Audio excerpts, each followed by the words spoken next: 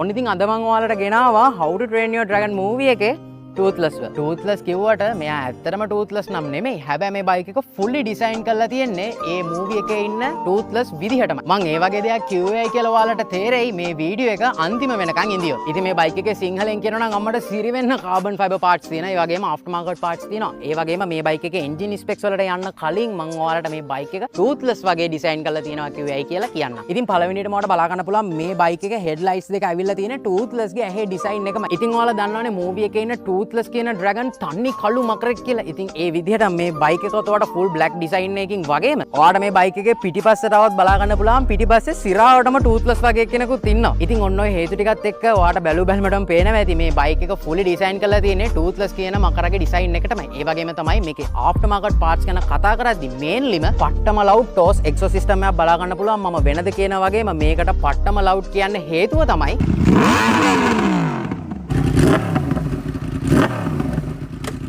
ඉතින් මම වීඩියෝ එක මුලදීම කිව්වනේ මේ බයික් එකේ මාරම ලොකු කාබන් ෆයිබර් පාර්ට්ස් ගොඩක් තියෙනවා කියලා. ඉතින් අපි දැන් බලමු මේ කාබන් ෆයිබර් පාර්ට්ස් මොනවද කියලා. ඉතින් පළවෙනියටම ඔයාලට බලා ගන්න පුළුවන් මෙන්න මේ GB Racing engine guards තියෙනවා කාබන් ෆයිබර්. ඒ වගේම carbon fibre wings, carbon fibre clutch and brake lever guards. ඒ වගේම කාබන් ෆයිබර් tank guard එකක්, කාබන් ෆයිබර් chassis guard එකක්. මෙන්න මෙතනත් කාබන් ෆයිබර් පාර්ට් එකක් තියෙනවා. ඒ වගේම තමයි අපි මේ බයික් එකේ පල්ලෙහාටත් ආවොත් මෙන්න මෙතන වගේම ඔයාලට මෙන්න මේ chain guard එකත් කාබන් ෆයිබර් පාර්ට්ස් විදියට බලා ගන්න පුළුවන්. ඉතින් මේ බයික් එකේ after market parts ගැන කතා කරද්දී බලා ගන්න පුළුවන් මෙන්න මේ විදිහ after market foot pegs තියෙනවා Babyface brand එකෙන්. after market signal lights එකම after market mirrors තියෙනවා. after market crash bobbin. තව අපිට මේ බයික් එකේ gear shift එකත් බලා ගන්න පුළුවන් after market Babyface brand එකෙන්. තව අපිට after market bubble wise එකක් එක්කම kick stand එකටත් after market part එකක් එක්කම අපි හොම් මේ බයික් එකේ පිටිපස්සට ගියොත් මේ බයික් එකේ පිටිපස්සේ tail එකෙත් අපිට brake light එක signal light එක කියන දෙකම එකට එකතු වෙලා එන after market tail light එකක් බලා ගන්න පුළුවන්. ඒ විතරක් නෙවෙයි after market paddock holders එක්කම golden chain sport එකකුත් මේ බයික් එකේ after market parts විදිහට අපිට බලා ගන්න පුළුවන්.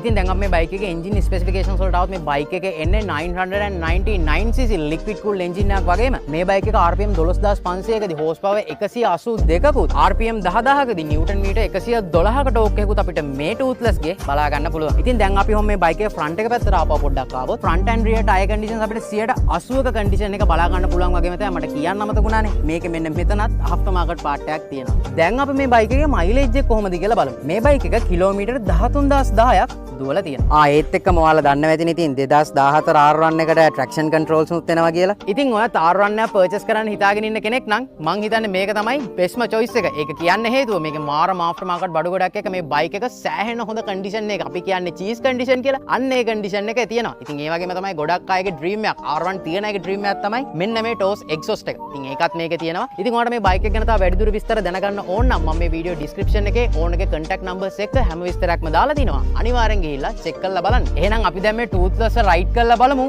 ඇත්තටම මූවි එකේ තියෙන මකරව රයිඩ් කරනවා වගේමද කියලා.